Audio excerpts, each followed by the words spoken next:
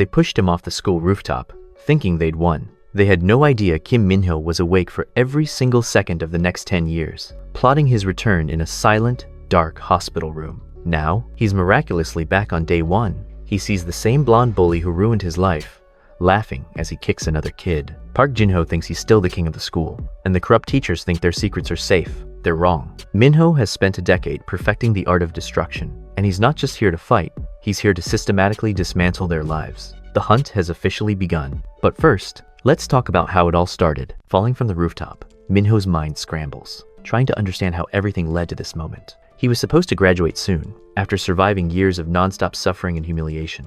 Was all that pain meaningless? Erased in a single fall from the sky? One truth feels absolute. As darkness closes in, this is the day he should have died. But death never comes, trapping him instead inside a silent, unmoving body. In the hospital room, a nurse coldly urges his grandmother to pull the plug. She says no patient has ever awakened after 3 months like this, but she refuses to abandon the grandson she raised after his parents vanished from his life. Here's where the horror transcends physical trauma. Min-ho hears every word. His consciousness remains intact, trapped inside flesh that transformed into a tomb. He's a passenger in his own corpse, screaming internally while his grandmother begs him to wake up, reminding him of everything she sacrificed. The guilt crushes him worse than the fall ever could. "Move your finger," he commands his useless body. "Give her one sign that you're still fighting." Nothing responds. His younger brother arrives, tears streaming, confessing that the same predators who destroyed Min-ho now hunt him.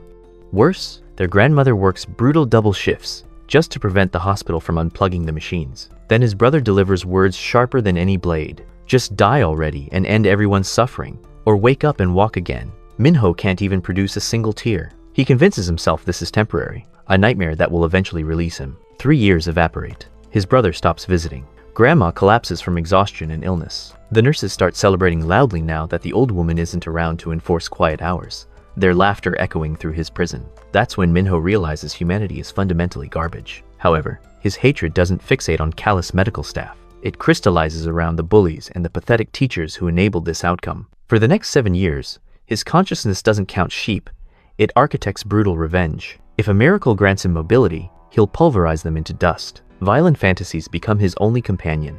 Elaborate scenarios where they beg for mercy he'll never provide. But fantasies won't suffice. He needs strategy.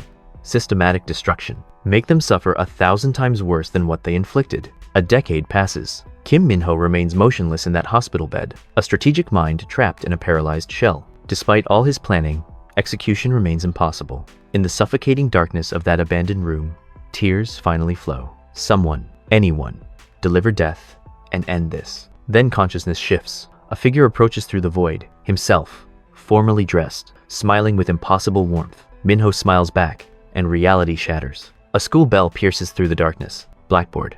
Students chatting. This is a classroom. Min-ho freezes, assuming this is another cruel dream his mind conjured. He pinches his cheek.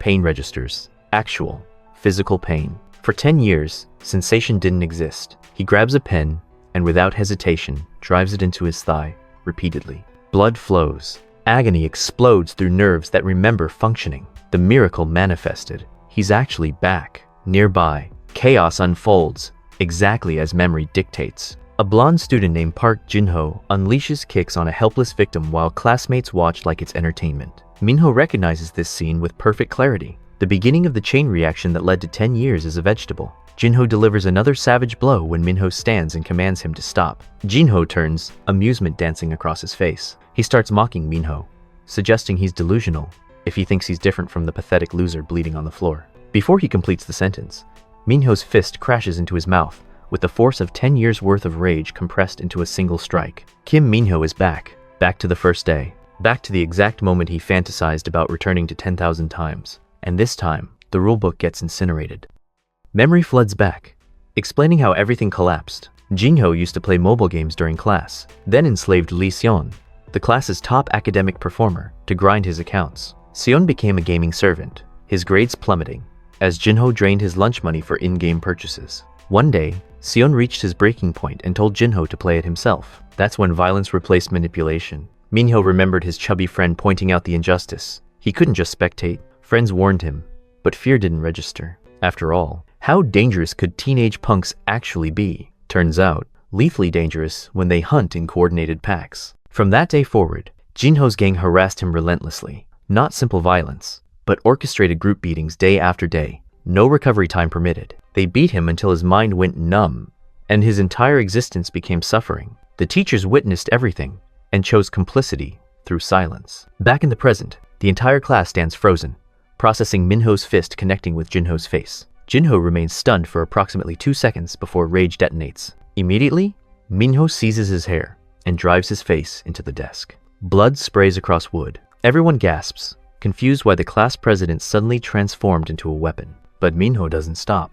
One hand gripping hair, the other pounding Jinho's face methodically. This moment, this exact scenario, he's rehearsed it 10,000 times over 10 years. 3 years of high school torture taught him Jinho's fighting style relies purely on physicality and intimidation. He's unaccustomed to receiving the opening strike. So if Minho lands first, Jinho crumbles instantly. Minho grabs his hair and slams his face into the desk again, then hurls him against the cabinet before delivering a stomp kick straight to his face. Over and over, Minho doesn't care if Jinho's face gets destroyed. If his hands rise to block, he'll kick until those hands shatter. Suddenly, a chair flies toward him. Minho turns. Jinho's crew member yells at him to cease, but Minho stares back with eyes colder than death itself. What if I refuse? Choi Min-soo freezes, processing the insanity. If this guy started beating Jinho, surely he understands the gang will seek revenge. Why does he look completely fearless? Then the biggest enforcer steps forward, Kang Dae-hyun, possessing the highest combat capability among them,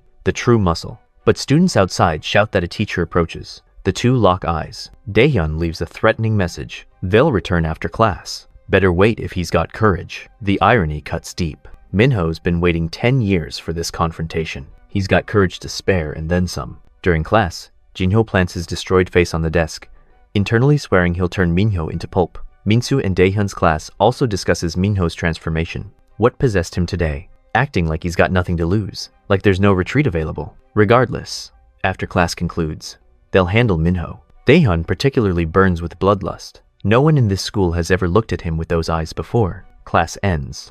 The teacher evacuates quickly. Jinho struggles to stand, thinking Kim Minho is finished. But the moment he turns his head, a spinning kick lands perfectly on his face, eyes bulging in shock. Minho grabs Jinho's hair while he's still processing. "Let's continue," he says with terrifying calm. Meanwhile, Minsu's crew heads over to destroy Minho. Reaching the classroom door, they find students crowding around, gossiping excitedly. They smell trouble and rush to the entrance. Jinho lies covered in blood, while Minho turns and announces coolly that they're late. Dae-hyun curses and charges. Minho knows his current strength can't defeat this enforcer in direct combat, so preparation becomes salvation, a metal padlock hidden on his person. When Dae-hyun closes distance, the lock smashes into his skull, followed immediately by a punch to the face that sends him into unconsciousness. Seeing Dae-hyun discarded like garbage, the other two pale with terror. Before recovery becomes possible, Minho lunges at the skinnier target, pins him down, and beats him savagely. His eyes overflow with murderous intent that transcends normal teenage conflict. Only by eliminating them individually does victory become achievable. When it's over, blood has painted Minho's face. Though he calculated everything, his stamina can't maintain this pace. He turns to look at Minsu, who's already scared enough to lose bladder control. In Minsu's eyes, Minho transformed into something demonic. He can't defeat this monster alone, and his body refuses to obey commands anymore. Just as the fist descends, a teacher arrives. Minsu escapes, relief flooding through him. 3 people got beaten bloody. Kim Minho is finished for sure. Unfortunately for Minsu, he possesses zero understanding of what's approaching. At the teacher's office, the instructor points and yells at Minho continuously, determined to pin everything on him. Minho's unnaturally calm demeanor confuses him. Then Minho smiles and suggests the teacher avoid overreacting. This isn't the first time school violence occurred. Just cover it up like usual. A slap strikes his face. Looking at the indifferent attitudes of nearby teachers, Minho confirms everything matches his expectations. The reason for his death wasn't just the bullies. It was these silent enablers, especially this man hitting him, Kim Young-ho, a genuine piece of human garbage. Minho calmly leans toward the teacher and detonates a bomb. Best keep that mouth shut, otherwise everyone learns about the bribes received from Minsu's mother and the affair with the English teacher. In his previous life, Minho sought help from this homeroom teacher and received only indifference and empty platitudes, naturally resulting in crazier revenge from Jinho's gang. Afterward, betrayal consumed him. Why could a teacher be so heartless? Then he witnessed this same teacher observe everything and walk away, pretending nothing existed. From the start, resolution was never his intention. Later, when Minho attempted handling things himself, Minsu's mother, who possessed serious political power, came to school and pinned all blame on him. Ultimately, in the school violence committee hearing, only Minho bore responsibility. His grandmother even had to kneel and apologize. Not until he became a vegetable did he realize this couldn't be solved with violence alone. The teacher now panics, glancing around nervously. Minho tells him to avoid talking nonsense. But Minho stares like a devil incarnate, advising the teacher to think carefully before speaking any words to him from now on. He then lists the teacher's relationship with Minsu and his mother, the monthly bribe amount, the affair with the married English teacher who has 3 kids, even which motel they frequent. He continues, "The teacher is dirty trash, and denial is impossible." But why does Minho know so much? Because in his previous life, during senior year, everything got exposed. The teacher's wife came to school, caused a massive scene, and divorced him. All assets belonged to her family. He was just a leech living off her wealth. So Minho calculated he'd be terrified of exposure, and reality confirms his prediction exactly. Kim Young-ho now fears everything being revealed, bowing his head and asking what Minho wants. Minho answers simply, "Just do what you've always done. Keep living as trash. Ignore everything and cover up school violence. Just one difference. The target changes. You'll do it for me until graduation. No matter what methods, however dirty, Young-ho can only anxiously accept. After all, he's just Minho's first chess piece. The game is merely beginning." Before advancing to the next piece, Minho has tasks to complete. Right now, Minsu sits in class, smashing things in frustration. After cursing extensively, he calms down, figuring Kim Minho is finished. His mother bribed the school. Minho beat 3 people seriously. Expulsion minimum. He sits down peacefully, but then the classroom door opens. The voice of death rings out. Minsu looks at Minho entering and nearly loses bladder control. All the tough guy cursing from earlier won't exit his mouth. What follows is a beating, brutal and methodical. Minsu looks around, hoping someone will intervene. But naturally, students just spectate. Then at the window, he sees the teacher his mother bribed. Somehow, the teacher turns and walks away like he sees nothing. Why does this scene feel familiar? Because this is exactly what happened to Minho in his previous life. Minho's voice echoes, "Don't expect any help, because in this school, no one will save you." Minsu gets beaten to a pulp. Young-ho is forced to choose, and he chooses protecting his current honor and wealth over a bribe. The school's power structure just shifted, and nobody saw it coming. Minho remains consumed by hatred, continuing to destroy Minsu. For 3 years of high school, they tormented him to nothing, beating him while claiming it was because he was weak. Now he stands before them, demonstrating that every single one is trash, and he hasn't even officially started yet. The madness in his thoughts, the hatred, the cruelty, the murderous aura, and beyond that, a chilling calmness makes him terrifying. Now, other students look at him but don't dare approach. Minho returns to his seat after the rampage, feeling incredibly satisfied. He knows beating this guy means things can't be covered up anymore. Even if this is a prestigious school, if he had to choose revenge targets carefully, he wouldn't have punched Jinho in the first place. Just avoid them and live peacefully instead of those hellish days that made revenge his only remaining desire. Everything will soon turn upside down. He's calculated it all.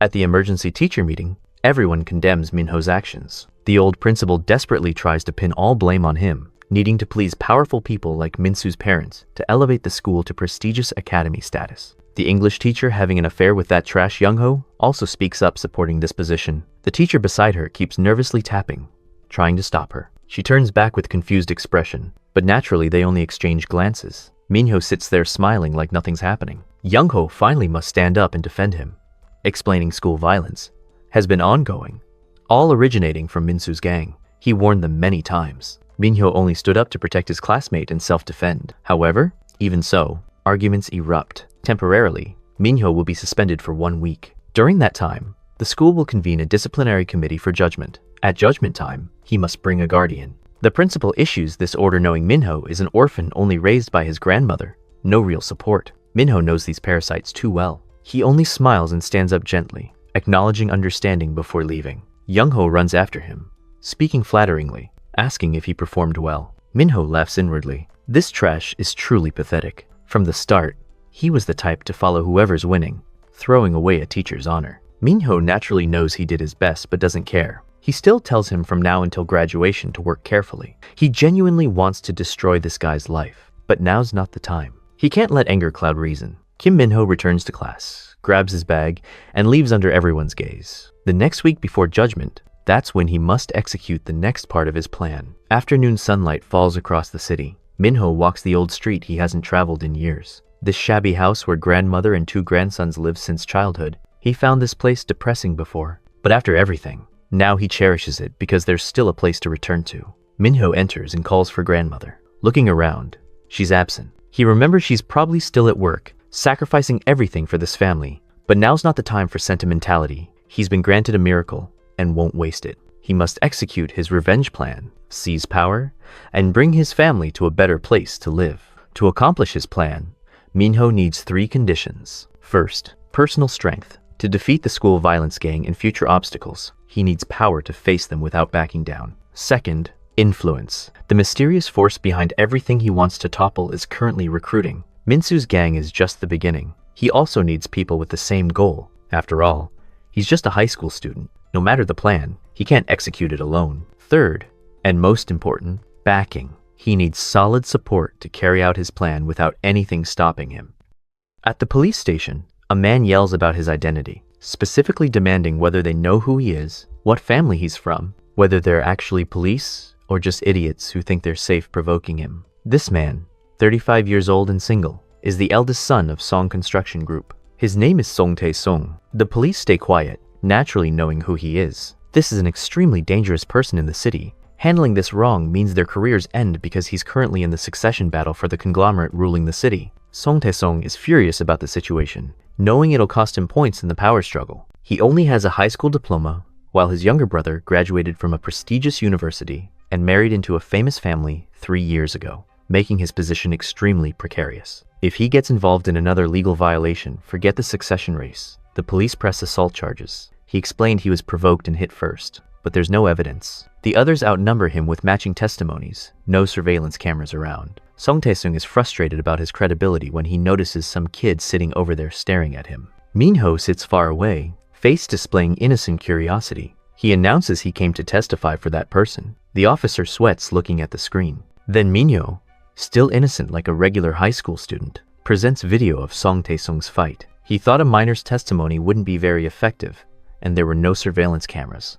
So Minho borrowed a dash cam from a nearby car to obtain video footage. He explains Tae-sung came out of the convenience store and was blocked by several people. Despite trying to avoid trouble, they actively attacked first, so Tae-sung could only defend himself. This isn't his fault. Those guys were just too weak. The testimony is crystal clear with obvious evidence, making Song Tae-sung extremely pleased, suddenly finding Minho quite impressive. Everything's easy now, but he doesn't notice how calculating Minho's eyes are beside him. Before leaving, Tae-sung drops a few words suggesting these officers' lives will be very peaceful from now on. Outside, Tae-sung laughs, throws his arm around Minho, and thanks him, giving Minho a stack of money showing sincerity. Minho naturally grabs it without hesitation. Tae-sung senses something's off though. A student this age accepts the money supernaturally with a blank face, yet somehow managed to think of getting dashcam evidence. This kid's pretty sharp. Then Minho turns and asks if Tae-sung thinks what just happened was just coincidence. Tae-sung immediately asks what he means. Minho speaks bluntly about Tae-sung's identity and status, even the secret succession battle happening within his family. Tae-sung's face hardens, demanding to know who Minho is. Minho, seeing he's about to get punched, smiles and explains what happened naturally wasn't just coincidence. If Tae-sung is truly grateful, give him one chance. It won't be anything harmful, but might even change his entire life. Actually, in his previous life, lying in that hospital bed, Minho heard extensive news about this family, scandals about their company, and power struggles that went too far. At a cafe, Minho shows Tae-sung a video. The first half is the footage he submitted to police. The second half, he cut out before submission. The truth reveals 3 men stood at the convenience store entrance, doing nothing until they stood there over half an hour without moving,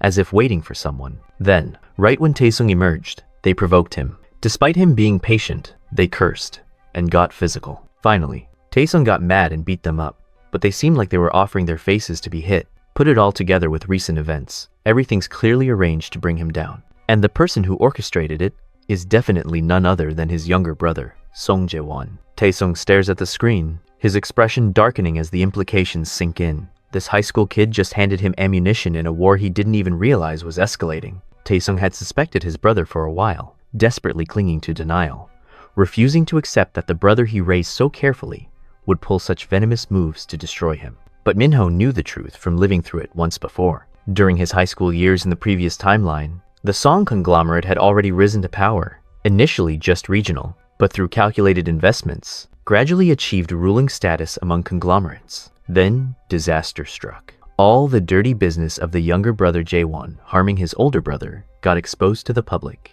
Taesung, hot-tempered and betrayed, beat him savagely. Unexpectedly, it almost killed Jaewon, hospitalizing him, nearly turning him vegetative. The chairman, witnessing both sons prove themselves incompetent, ultimately yielded succession rights to neither of them. Minho knows that for the best outcome, and for Song conglomerate to reach its full scale, giving succession to neither was actually correct. The older brother, useless with a thug personality. The younger brother, a hypocrite who uses any underhanded method to achieve his goals. But Minho doesn't care about their usefulness. Their function to him now matters infinitely more. Even if butterfly effects change the future however they want, he doesn't care.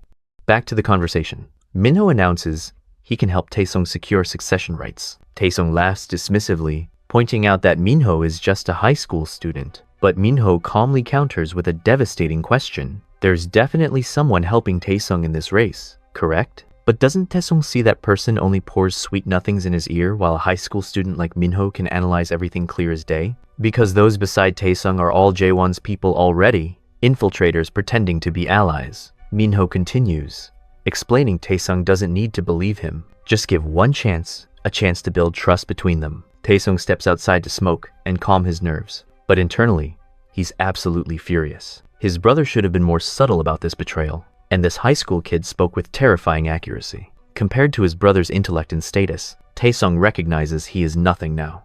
But in this desperate situation, should he trust some 17-year-old he just met? Then he remembers his father's words. If you lack skills, find skilled people to stand beside you, regardless of age, status, or gender. With that person, you can build an empire. Thinking this, Taesung has made his decision. He stops caring about appearances and starts listening to this teenage strategist's scheming. Ironically, a man who couldn't graduate college is about to take life advice from a high schooler. But desperate times call for desperate measures. On Song Jae-won's side, after learning of the failure, he goes absolutely insane, cursing his old man as outdated. If not for the whole eldest inherits tradition, why would there even be this struggle? He should have absorbed everything long ago. Soon he calms down, reassuring himself. Whatever happens, he's still on top now. Nothing changes, and succession rights remain his. Then the phone rings. Big trouble. Song Jae-won's wife stormed into his mistress's apartment, catching everything red-handed. Back to strategist Minho's plan. He analyzes for Taesung that to accomplish anything,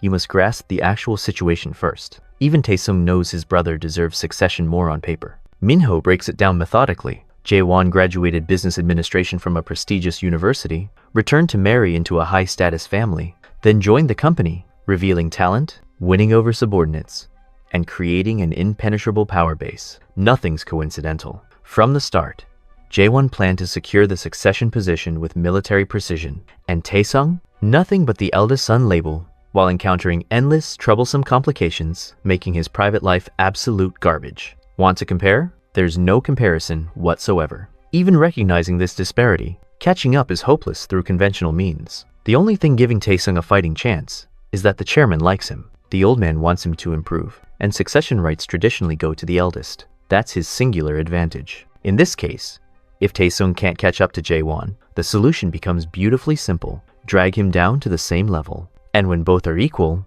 if Taesung also improves simultaneously, who will the chairman choose then? That's exactly why the affair information leaked straight to Jae-won's wife's ears. He never truly loved her, just relied on her family connections as stepping stones. At the chairman's office, 3 family members stand together, atmosphere suffocating with tension. Jae-won opens his mouth, apologizing repeatedly, but receives only the old man's volcanic fury. The chairman curses him for being stupid, explaining he had to step in and negotiate with the other side just to secure one more chance. The chairman unleashes his disappointment, declaring that a man who can't control what's in his pants will inevitably fail at business. He mockingly suggests Jae-won should be more like his brother, who plays around once and moves on, rather than cheating and jeopardizing such major family alliances. The family standing on the other side isn't ordinary either. The chairman feels he's completely failed raising these 2 sons. He turns back, addressing why Taesung entered the police station. In his mind, he already assumes Taesung will play innocent and deflect like he always does. But naturally,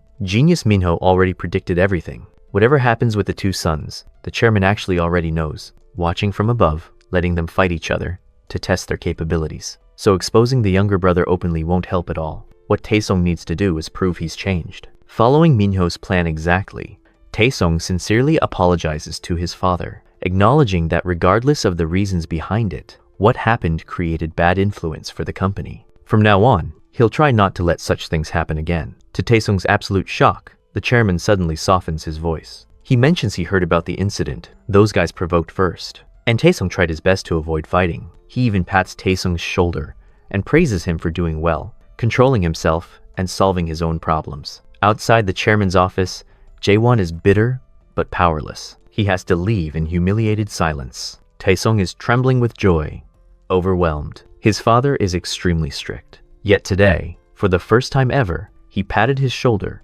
and praised him, genuinely acknowledging him. This feels absolutely incredible. That night, the two meet again, and Minho has completely captured Taesung's trust. Next up, Minho instructs Taesung to enter his father's company and work as a lowly employee. When the time comes, Minho will notify him of the next move. Taesung jolts hearing this. Someone like him working as a regular employee? But whatever. In his eyes, determination already burns bright. Now, if Minho tells him to do any ridiculous thing, he'll execute it without question. And in exchange for this strategist's position as his friend, Minho wants Taesung to become his guardian from now on, meaning he'll start being backed by a conglomerate heir in this city. The pieces are falling into place with surgical precision. On the day of judgment, Minsu's mother is slapping Youngho like a disobedient dog for the crime of defending Minho. He can't do anything but endure the humiliation. Youngho spins in absolute panic, convinced this time he's finished. Can't oppose Minsu's mother and the principal, can't oppose Minho even more. While drowning in uncertainty, he sees Minho still sitting calmly over there, unnaturally composed. The old principal invites the first presenter, Minho's grade supervisor, teacher Kim Youngho. This time, Youngho doesn't hesitate, standing up like a warrior and declaring the situation crystal clear. School violence happened continuously. Minsu's gang assaulted classmates. Now they're being bribed to escape while the victim becomes the perpetrator. The reason he's showing this brave attitude? Because he saw Minho's guardian sitting there. At first, he didn't believe it. But after checking online, oh damn, no mistake about the identity. So he already knows where the true power lies. The tug of war drags on endlessly. The committee members are like spineless idiots leaning this way, then that way, swayed by whoever speaks louder. The old principal continuously shows favor to Minsu's mother and son, while condemning Minho with theatrical righteousness. The mother-son duo even pull their ultimate move, fake crying, playing victim, all that manipulative theater designed to sway the idiots on the trial committee. The son's an animal, the mother's drowning in entitlement, standing up and demanding justice with manufactured tears. At the hospital, the three beaten guys comfortably play games because they know today Minho's dead for certain. Expulsion means his entire future in Korea gets thrown away. That is, until Minho's guardian speaks up, unleashing words that obliterate everyone. Taesung curses without holding back anything, telling the complete story from start to finish about the school violence gang's crimes with devastating clarity. The old lady Minsu's mother gets absolutely destroyed, unable to formulate a response, pointing her finger and demanding who the hell he is. Taesung smiles coldly and introduces himself properly. He's Song Taesung, eldest son of Song Construction Group. Taesung even explains Minho is his good brother, and hearing his younger brother getting treated unfairly, he had to drop work and rush here immediately. He was planning to invest in the school for Minho's sake, but witnessing the scene today left him extremely disappointed. The old lady yells that he's openly threatening them. Taesung responds with chilling simplicity. So what? The principal, hearing eldest son of Song Group, gets super scared initially, but then immediately realizes that if the school gets backed by Song Group, soaring to prestigious status becomes easy as breathing. The old man opens his mouth, and all charges get dumped back on Minsu's side. The gang's guilt is clear as sunlight. Plus, Minho is the top student in class and class president. The committee already knows which way to lean for their own benefit. The old lady's head spins like a pinwheel, watching the situation reverse completely, and the principal invites Minho to explain everything from his perspective. Finally, it's his turn to speak. Minho talks about the school violence that's been happening all this time, discusses the corruption and rottenness of the garbage teachers and entitled parents, even admits straight up he intentionally beat those three into the emergency room. The more he thinks about being pushed from the rooftop in his previous life, the more bitter he becomes. He declares with cold finality that if they don't punish that gang satisfactorily, he'll spray all information to the media and take this entire school down with him. Consequences be damned. That mother, seeing her son is more trouble than he's worth, panics and turns around, calling her husband to escalate this situation. After calling her husband, Minsu's mother gets verbally destroyed like a dog. He orders her to take all the blame herself. Otherwise, this whole household will be financially ruined. After getting her brain rattled for a while, the mother-son duo finally shuts up completely. Final verdict. Minho receives 100 hours of community service. The other 4? Expelled permanently. That evening, lying at home, Minho replays the afternoon scene with satisfaction. When Minsu learned he was expelled, he went absolutely insane, storming into the hallway with murderous intent, demanding to punch Minho. Before anything happened, his mother stopped him desperately. Minho told him with cold simplicity, "Kneel down and beg." Hearing this, Minsu's temper flares explosively, shouting that he's already expelled, so what the hell would he beg for? Minho just smiles and suggests Minsu try asking his mother if he should kneel or not, and his mother actually forces him to kneel, prioritizing family survival over pride. The image of Minsu kneeling and begging in Minho's memory gradually merges with the image his grandmother had to perform in the previous life. A beautiful, symmetrical revenge. After that, Minho is nowhere near done with him. Watching Minsu kneel, Minho tells him coldly that he still doesn't feel any better. From now on, Minsu should pray continuously, because his life will only be hell from here forward. And Minho takes another step closer to that organization, the ones who orchestrated his death. His phone buzzes, a message from Jinho, requesting to meet. Unexpectedly, the predator wants to negotiate with his prey. Arriving at the meeting spot in the park, Jinho is suddenly extremely friendly, greeting politely like they're close friends. Minho cuts him off coldly, telling him to get to the point. Jinho bows his head, admits fault, and begs for forgiveness with theatrical desperation. In South Korea, with an expulsion record, his life is basically thrown away. Whatever labor work, whatever degrading jobs, he'll do anything. He just wants one chance. He even reveals something critical. Someone hired them to orchestrate the bullying campaign. But before finishing, Minho cuts him off with chilling certainty. "I know." Jinho is both shocked and terrified. Minho continues methodically, explaining he knows who's backing them. There's an entire organization behind this conspiracy. In the future, another student also suffered from school violence, leading him to end it all. That student left a final goodbye letter explaining everything, and the shocking case revealed it was orchestrated by the Golden Circle, an organization that's never been fully exposed, even in the future timeline. This organization recruits students from schools nationwide to orchestrate systematic school violence campaigns. Their goal? Simple and horrifying. High-achieving students with wealthy, powerful parents hire this organization to protect their children at school. Simultaneously, they target excellent students without backing through systematic school violence. Academic performance drops, and their kids simply climb to higher positions effortlessly. Students at various schools are just the foot soldiers of this organization, causing all kinds of trouble to eliminate top students through psychological warfare and physical intimidation. In the end, everything sank into oblivion. The identity of the Golden Circle members was never revealed. This is Minho's true revenge target. He will systematically destroy this organization from the inside out. And Jinho? He's just the appetizer. After Jinho reveals the Golden Circle base isn't in the city, Minho asks how they hired them. Jinho admits they went through a middleman, the current school boss, Han Siwoo. Minho knows this. Han Siwoo isn't easy to handle. With his current strength, he can't take him in a direct confrontation. This guy is strong enough to debut in professional MMA fighting in the future timeline. Back to Jinho and his pathetic plea for forgiveness. Forgive his ass. This bastard personally pushed him off that rooftop. His younger brother suffered continuously. His grandmother had to live worse than a dog, struggling to pay hospital bills that never stopped climbing. Minho needs to show him clearly what will happen from now on. Every single time Jinho sees him, what follows are continuous, unrelenting punches, a lifetime subscription to violence. These guys didn't just kill him. In the future timeline, they even became successful businessmen. But then they turned around and committed heinous crimes against their own families. Karma catching up in the worst possible way. Minho wants to let the demon inside him out, just for a moment, so reputation spreads like wildfire. At school, gossip about Minho keeps spreading like a virus. People are surprised about his fighting skills, whispering theories about where he learned them. Minho doesn't care about the rumors whatsoever. Today, he returns to class, and his chubby friend approaches to thank him nervously. But Minho coldly responds with brutal honesty. When I needed a witness, you were nowhere. When I needed someone to say one word defending me, you didn't dare. Now that it's over, you come to thank me? Get lost. The friend recoils, devastated. On the rooftop, The school boss is discussing Jinho's gang getting handled, but they don't really care. They get paid exceptionally well for eliminating one student. Right now, they just want to quickly handle the next target on the list.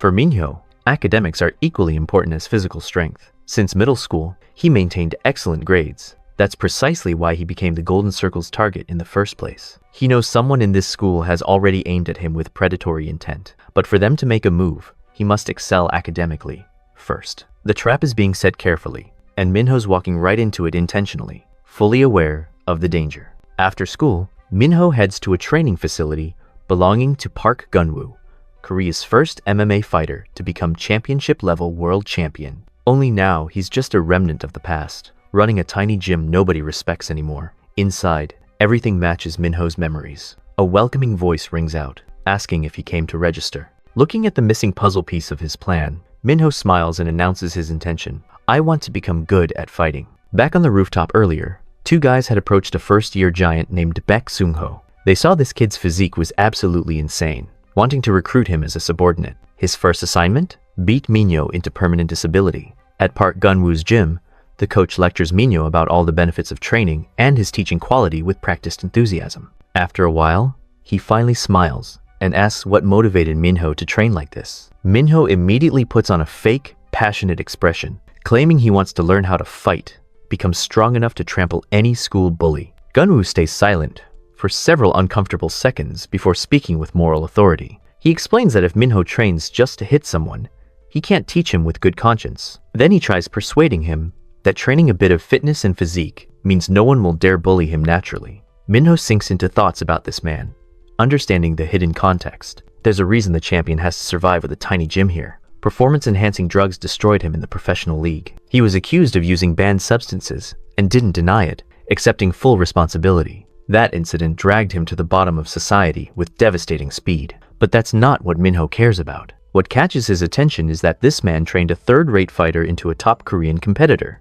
Proof of his coaching genius. He can't pass up such an excellent coach. Minho talks about the coach's past choices and philosophy with surprising insight. But for Gunwoo, that was his life's biggest mistake, a regret that haunts him constantly. He warns that if Minho wants to get strong just to punch a few punks, the end result will only be sitting in some prison cell. Don't lose your entire future over a moment of anger. Minho drops a single sentence that changes everything. $100,000. One light sentence makes Gunwoo freeze completely. Minho continues with devastating logic. I'll give you $100,000 if you agree to teach me. You definitely know the consequences of using banned substances. Society abandons you.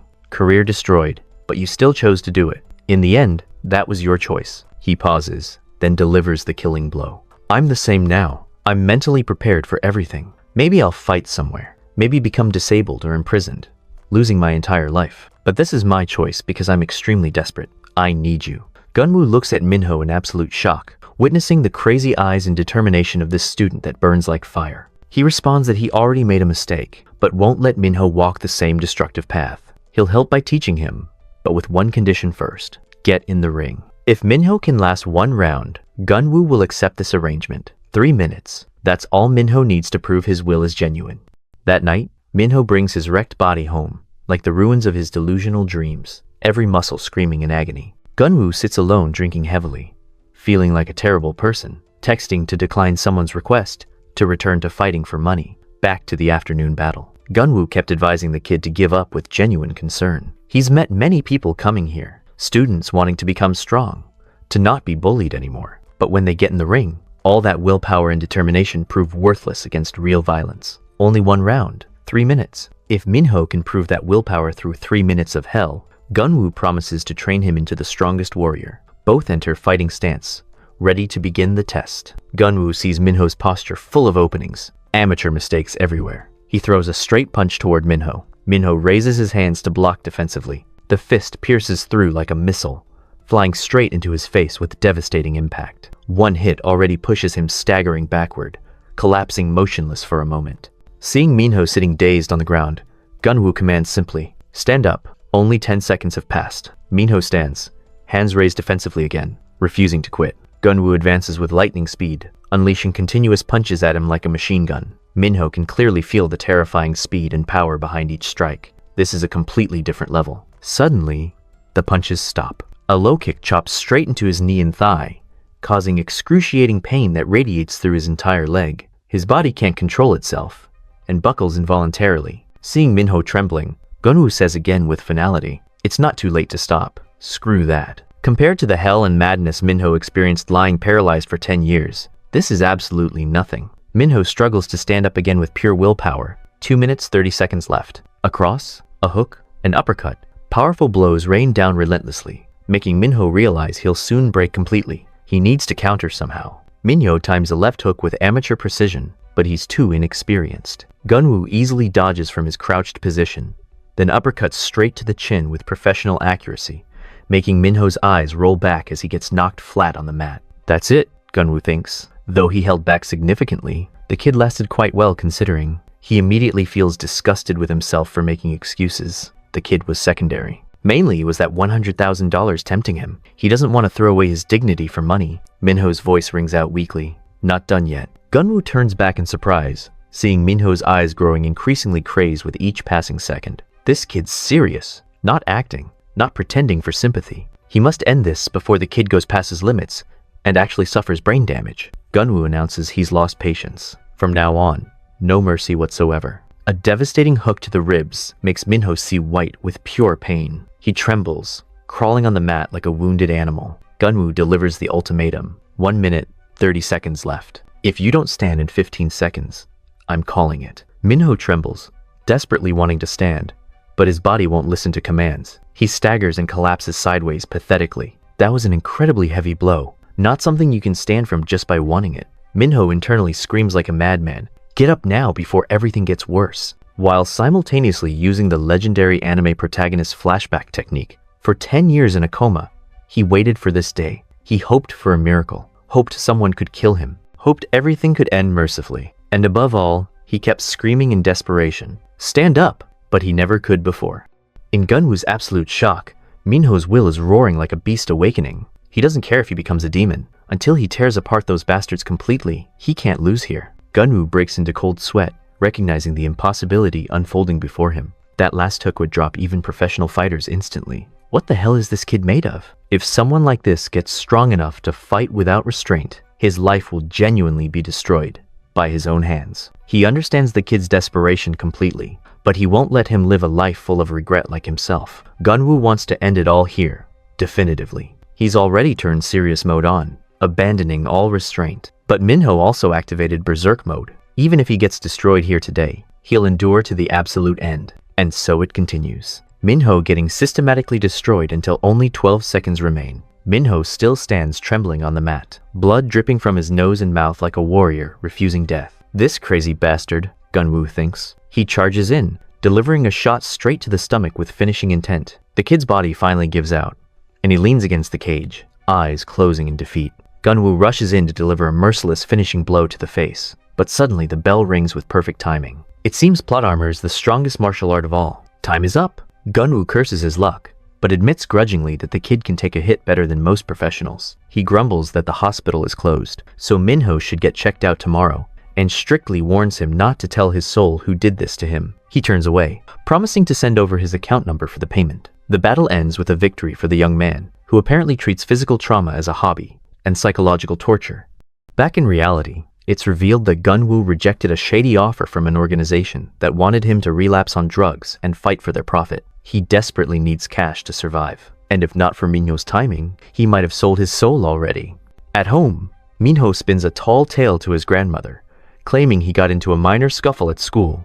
Nothing serious. He then suggests they buy a house and start investing in real estate with confidence. The grandmother chatters away, believing him completely, having no idea her grandson is currently rewriting their entire destiny. Minho knows the housing situation is already handled thanks to Taesung's massive financial backing, so this lie is just to keep her calm and hopeful. The next day, the oversized bully Baek Seung-ho gets a call from the school boss, Han Siwoo. Siwoo praises Seung-ho for doing a great job. Though Seung-ho has zero clue what he actually did to deserve the credit, he's just a useful idiot. Later, Seung-ho spots Minho wandering around looking half dead from training. He figures the rumors about Minho being scary were massively exaggerated. Seung-ho promises himself that the next time they meet, he will wreck the kid properly and restore his reputation. He orders his lackey to spread the word strategically. Anyone who associates with Kim Minho gets smashed.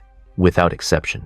After school, Gunwoo lectures Minho on the critical importance of physique. Technique means absolutely nothing if you have the muscle mass of a wet noodle. He assigns a grueling training regimen with military precision, telling Minho that if he gives up even once, it's over permanently. 2 hours a day of pure agony, yet Minho endures it without complaint. He decides to unleash his special training method, something he developed mentally during 10 years of paralysis. This isn't just exercise. It's a protocol designed to push the human body past its breaking point, making Navy SEAL Hell Week look like a relaxing summer camp in comparison. A week later, a blonde classmate named Oh Jun approaches Minho during a rainy outdoor class. Jun is panicked, warning Minho about the rumors Sungho spread throughout the school. Minho realizes with surprise that he completely forgot about this childhood friend. In his previous life, Jun tried to defend him courageously, but eventually broke under the pressure and abandoned him. It wasn't until Minho was in a coma that Jun came back, apologizing and promising never to leave him alone in the next life. Minho coldly pushes Jun away, telling him to stop acting close. He demands Jun stop bothering him, because he can handle his own business without help. Minho is cutting ties deliberately, not because he hates Jun, but because dragging a civilian into his bloody path of revenge is a death sentence. But later, news breaks that Jun is in serious trouble. Sungho and his crew dragged him away forcefully. The other students are too terrified to snitch, but Minho hears enough fragments to understand. He instantly switches into battle mode, every instinct firing. In the boys' bathroom, Sungho and his trash squad are cornering Jun brutally. Jun, to his credit, stands his ground with unexpected courage, delivering a solid kick to a goon's mouth. He fights like a warrior, refusing to sell out his friend despite the overwhelming odds. But courage can't beat numbers in confined spaces. The mob swarms him like animals, and the fat bully lands a devastating uppercut that rattles Jun's brain. Sungho proceeds to destroy Jun methodically, promising to turn his school life into a living hell from this point forward. While they're busy celebrating their cruelty, the door flies open with a deafening crash that echoes through the bathroom. It's Kim Minho. He sees his friend unconscious on the floor, blood pooling beneath him. A normal person would charge in blindly with rage, but Minho knows the size difference is too great for a frontal assault. He needs to use psychological warfare first. Minho laughs, mocking Sungho for being a pig who relies on weight rather than actual skill. He points out with surgical precision that Sungho only beat Jun because he had a squad of cheerleaders helping him. Without them, he's nothing. Sungho's ego shatters instantly. Enraged, he takes the bait completely and demands a one-on-one fight to prove his dominance. This is exactly what Minho wanted. Isolate the target, exploit the weakness. Sungho charges like a mindless beast, telegraphing every move. But Minho has been trained by a professional. He delivers a bone-rattling uppercut straight to the chin with perfect form. Sungho hits the floor hard, and Minho stops thinking rationally. He lets the beast take over completely. He stomps on the bully repeatedly with methodical precision, making sure everyone in the room understands the new hierarchy. The spectators are horrified, watching the blood splatter across the tiles like abstract art. Sungho, terrified and broken, begs for mercy pathetically, a complete reversal from moments ago. Minho grabs him by the collar and forces him to confess to the crowd that he lied about defeating Minho before. Sungho spills everything with tears streaming, admitting he was following Han Si-woo's orders from the beginning. Minho releases him with a final warning delivered with cold finality.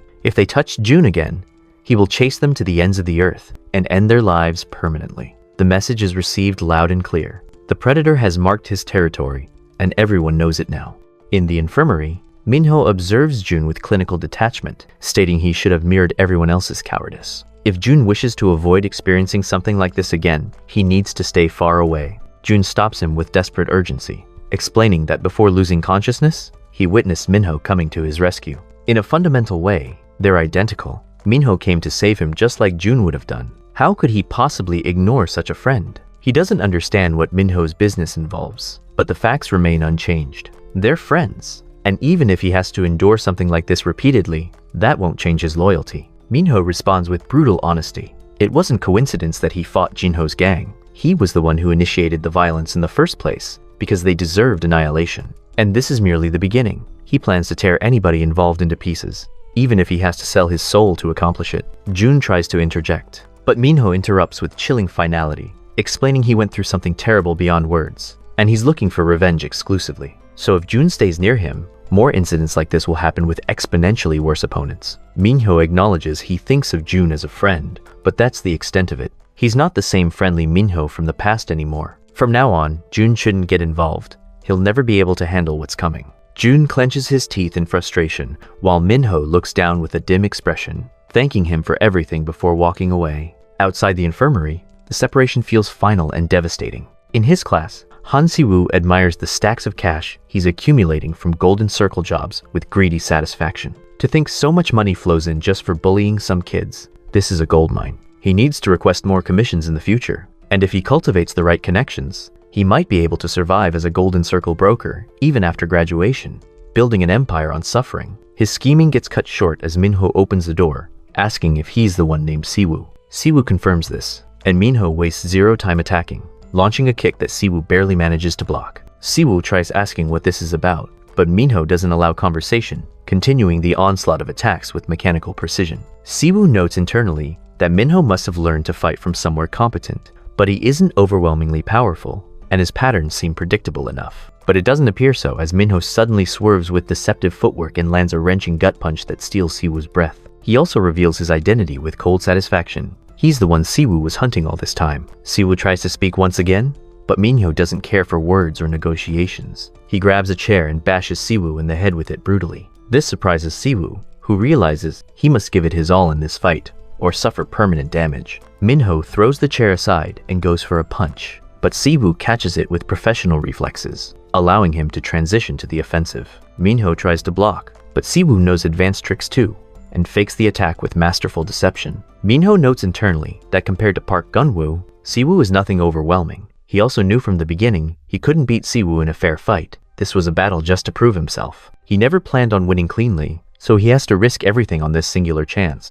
Minho suddenly grabs Siwoo's leg, mid-strike, and grabs him entirely, throwing him into the nearby window with explosive force. He holds Siwoo over the window ledge, and Siwoo demands to know what Minho wants, terror flooding his voice. Minho responds with chilling simplicity. He wants to end this with one of them dying. Suddenly, other students in class grab Minho desperately, but he shouts that he'll hunt down Siwoo relentlessly and this will never end until one of them dies. Minho gets dragged away by the other students, and one of them asks Siwoo if he's okay, noting his back is embedded with glass shards, bleeding profusely.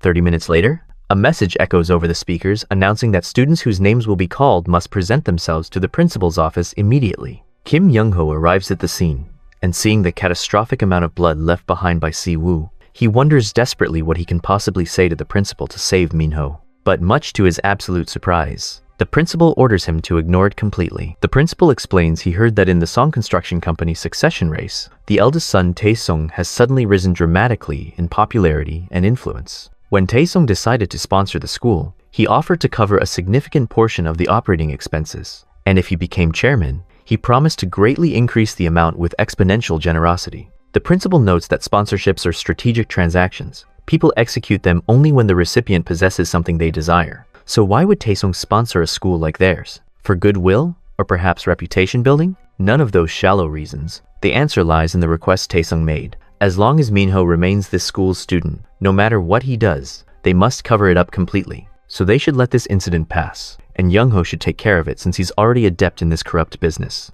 And naturally, performance bonuses and other special benefits will be given to him as priority compensation. The principal also mentions that Taesung saved several spots in the upcoming housing project Song Construction is developing. Doesn't Young-ho want an apartment separate from his wife so he can better hide what he's been doing with the English teacher? From now on, all they have to do is take care of Minho without question. Young-ho is enthusiastic, declaring he'll do his absolute best from now on with renewed loyalty. The principal notes his reliability and suggests Young-ho should address him as big brother since they're in the same boat now, partners in corruption. Young-ho grabs his hand and promises he'll help make this school the most prestigious in all of Korea through their combined efforts, so the principal will surely become the legend of this region in the future. The principal notes that if Minho graduates without any problems, the school will have Song Construction on its back permanently, an insurance policy worth millions. So they both have to work hard maintaining this arrangement. Suddenly, someone bursts into the room, announcing that Minho got hit, shocking both of them and asking who dared to hit him.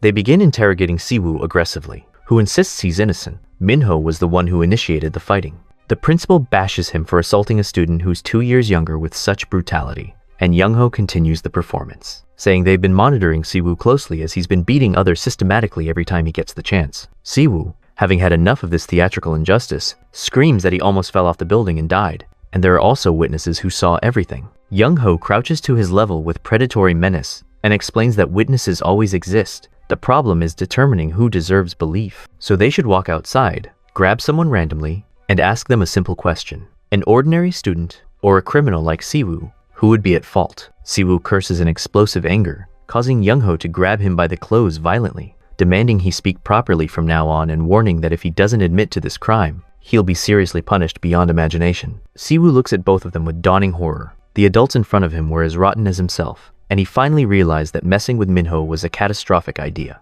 So he apologizes with broken resignation. While walking away afterward, Siwoo notes internally he's about to graduate, so he can't let such a thing drag him down permanently. Even if it costs him money, he has no other choice and must request help from outside sources. In a car, someone analyzes that the situation is catastrophically bad, though it's common for people to leverage one's background. How did Song Construction get involved in all this with such overwhelming force? All the students who were attempting to harass the target got expelled systematically, and even the teacher is protecting him like a guardian angel. As the broker, he has no choice but to handle the mission himself, since the Golden Circle doesn't forgive even one single mistake. Failure means death. He drives away. This is Kong Taegu, the Golden Circle regional broker, tasked with completing what the amateurs couldn't. He arrives to speak with the principal, announcing that Siwoo was punished unjustly and demanding answers. The principal dismisses this claim, stating they did no such thing with confidence. Taegu thinks the principal will break easily under pressure, so he discusses the incident where 4 people were hospitalized, but the attacker received light punishment. Perhaps they're giving special treatment to Minho? If that's the case, he won't let this go easily. The principal laughs dismissively, explaining that when in this region, you follow local customs. They didn't escalate this into a criminal case because they thought about the future of their students with compassion. They've also already coordinated with the police about this, so Taegu can do whatever he wishes. It won't change anything. Taegu warns him once again that he'll take action, making the threat explicit. The principal responds that he doesn't know what Taegu wants to accomplish, but he's certain about one thing in this place. Such threats won't work whatsoever. Taegu visits the police station, but encounters the same brick wall as the policeman explains the case was clear self-defense. Even they could determine what really happened with basic investigation. Should they really go that far and ruin a student's life over politics? And if they were to punish Minho, they'd also have to take Siwoo into custody for instigating, creating more problems than solutions. Taegu gets furious, smashing the table and threatening that if they don't take this seriously, he'll publish everything that happened on the internet for maximum exposure. The policeman sighs, explaining this is a tight-knit community, so whether he publishes it or not doesn't matter fundamentally. The situation will eventually calm down after a quick vacation. Taegu is shocked, wondering what happened to transform this village into such an impenetrable fortress. He calls someone who explains that the chief of police is extremely close with the principal, but regardless, everyone knows each other in a village like this intimately, so they're all probably keeping quiet through mutual agreement. Taegu finally understands the complete picture. The reason the principal was so confident was because he trusted the local cartel, an invisible network of power. The issue regarding local cartels is that intervention becomes possible if it simply involved personal interests and money. But local sentiment, a kind of territorial psychology, excludes outsiders from interfering in local affairs with absolute efficiency.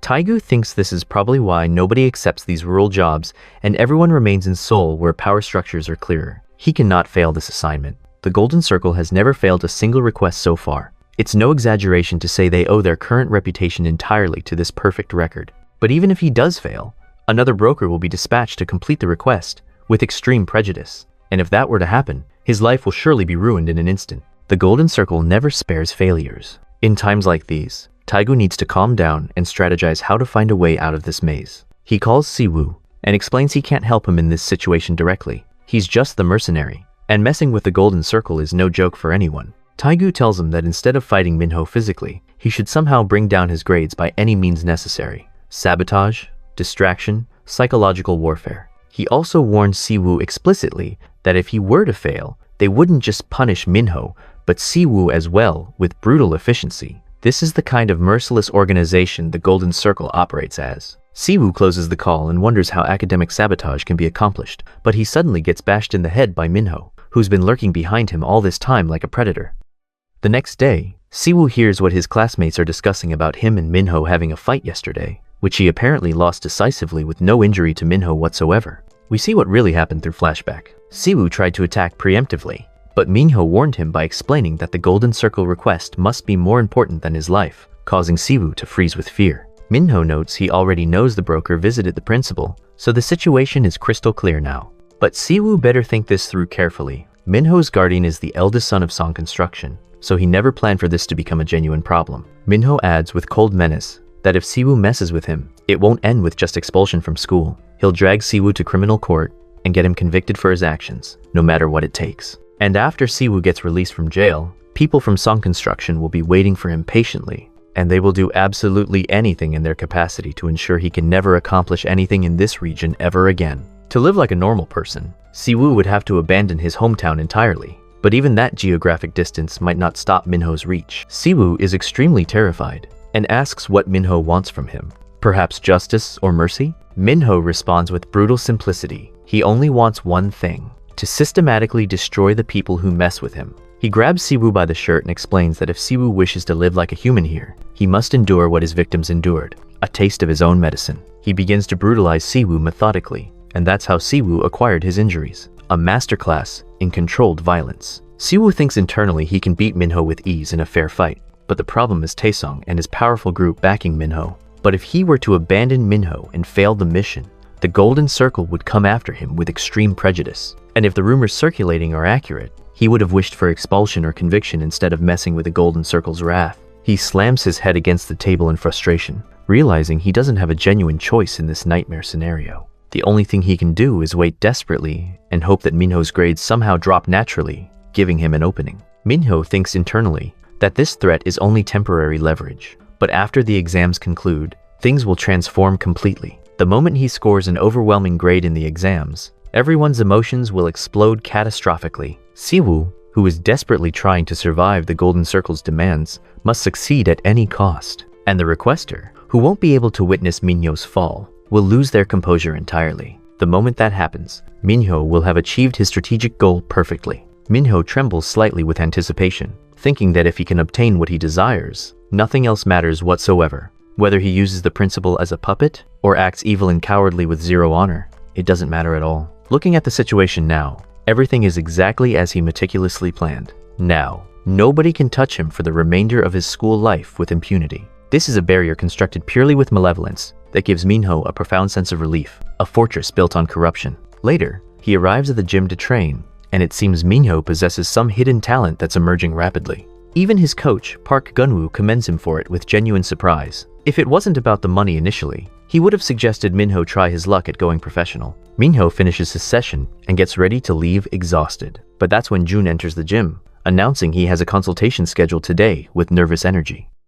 A few days ago, when Jun was rescued by Minho, he noted how drastically Minho had changed. It was almost as if he transformed into a completely different person from what he once was. He shed tears thinking about what Minho said to him in the infirmary. What can he possibly do now to help? Suddenly, a student had barged into the infirmary, announcing that Minho was in a fight with Siwoo. This made Jun realize Minho was still the same friend who always had his back when it mattered. Now, Jun wants to demonstrate to people that there are serious consequences when they mess with Minho. He got up and looked out the window with determination, thinking that if Minho is going that far to protect him, how can he give up on such a friend? Back to the present, Minho asks what this consultation is about with confusion, demanding Jun not get involved. He'll even pay whatever he has to, but Park Gunwoo shuts him off immediately. Thinking that having a friend with Minho will make him less likely to get into catastrophic trouble, Park Gunwoo grabs Jun's shoulder and leads him into another room, explaining it's his decision whether he accepts Jun as a student or not, and Minho can leave since his training is finished for today. Park Gunwoo asks Jun directly if he knows what Minho is training for, with serious concern, and Jun confirms this with certainty. Park Gunwoo explains, this gym doesn't encourage youngsters to fight recreationally, so he can't accept Jun under normal circumstances. He would have liked to remove Minho too, but due to some financial circumstances, he can't afford to. Jun says he understands what the purpose of a gym should be, but demands Park Gunwoo look at his wounds as evidence. He acquired them while trying to protect Minho from predators. The severity of bullying in schools is exponentially worse than adults can possibly imagine. If Minho had not saved him at that critical time, he would have most likely been crippled permanently already. So he cannot ignore a friend like Minho who risked everything. He asks Park Gunwoo not to force him to join another gym, as he believes Minho chose this gym with specific purpose and intention. He hands Park Gunwoo some money, explaining that if it's insufficient, he can begin working part-time jobs to cover the costs. Park Gunwoo slams his fist into the table with frustration, asking why everything is so desperate at such a young age for these kids. June notes that even if Park Gun-woo doesn't accept him in the gym, he plans on sticking by Minho's side regardless. This isn't negotiable. Park Gun-woo thinks about this impossible situation where even Minho's best friend is being bullied systematically. Can he really tell these kids who are living in absolute hell that using violence is morally wrong? He sighs with resignation, saying June can come to the gym tomorrow, but warns sternly that if he can't handle the brutal training, it's over immediately. June tries to leave with gratitude, but gets stopped by Minho, who explains that Park Gun-woo might have accepted him. But Minho doesn't accept him just yet, so June has to prove himself first. Prove that he can crawl back from the bottom of hell and survive. They enter the ring, and Minho explains that June already knows what he's planning to execute. Those violent things won't help their future lives whatsoever. So what will June achieve with his involvement beyond destruction? Friendship? Minho continues the interrogation. June might end up dead because of the relentless day-after-day fighting, or perhaps end up imprisoned for the rest of his days. Can he really handle that devastating reality? June notes this is precisely why he wants to help Minho, because 2 is exponentially better than 1 in this war. With that declaration, the fight begins, and Minho closes the gap aggressively, but June attacks with a devastating kick, reminding Minho he shouldn't forget June is a trained athlete. They exchange several blows with impressive technique, and June adds that if it were a 1 versus 1 situation, he would have beaten Jinho decisively. Minho thinks internally that June is genuinely a talented athlete. When he was active in the Taekwondo competitive scene, he was called Mr. Specialist and swept away all the gold medals he could win with dominance. However, during a critical tournament, he fought against the son of the Korean Taekwondo Association leader and lost due to an unfair decision by the corrupt referee. After that devastating experience, June gave up on the sport entirely, but his determination never left him. It just needed redirection. Minho executes a takedown, putting June on the ground while asking if he knows about the technique called kick-catch that's utilized in MMA with brutal efficiency. He strikes June, demanding he surrender immediately, but this only makes June think about the numerous times Minho protected him when nobody else would. And with newfound determination ignited, June tries to hit Minho but misses completely, and Minho continues his onslaught of punches, demanding June beg him to stop this beating. June laughs despite the pain, causing Minho to stop in confusion. Minho asks why June is doing this with genuine bewilderment. Hasn't he done enough to prove their friendship already? June says he can't forget those memories where he didn't do anything wrong but was still beaten mercilessly by predators. But then Minho showed up consistently and always helped him without hesitation. So why is June doing this now? Because he knows Minho didn't do anything wrong either. He can't ignore Minho's situation when he's fighting demons alone. After all, it's June's life, so he can do whatever he wants with it, correct? It's his decision to make, nobody else's. Park Gun-woo suddenly barges into the ring with urgency, declaring they should stop fighting each other and instead come work out with him properly. He announces he'll bet his life and reputation that he can bring them to the top of the professional fighting stage if they commit fully. Park Gun-woo notes that both of them are exceptionally talented, so how are they getting bullied systematically? They can surely take down several guys at minimum with proper training. June possesses kicks that at his age are extremely accurate and powerful, with devastating impact. And Minho's mentality holds a superior sense of judgment and the ability to detect gaps in opponents' defense with precision. Park Gun-woo offers them this path, explaining their abilities are exceptional and it would be an absolute waste not to utilize them professionally. They should drop out of school, forget about academics entirely, and focus exclusively on combat sports. Even though he's operating a rundown gym currently, he still maintains connections with many elite athletes, so he can truly bring them to championship level. Minho asks him why he pursued MMA originally, and Park Gun-woo responds he did it because it suited his interests and passion perfectly. Minho notes this is precisely why he can't accept he's not interested in fighting professionally. It hurts so catastrophically that he wants to give up every single moment. But since he has a specific purpose that transcends sport, he has to achieve it no matter what it takes, regardless of cost.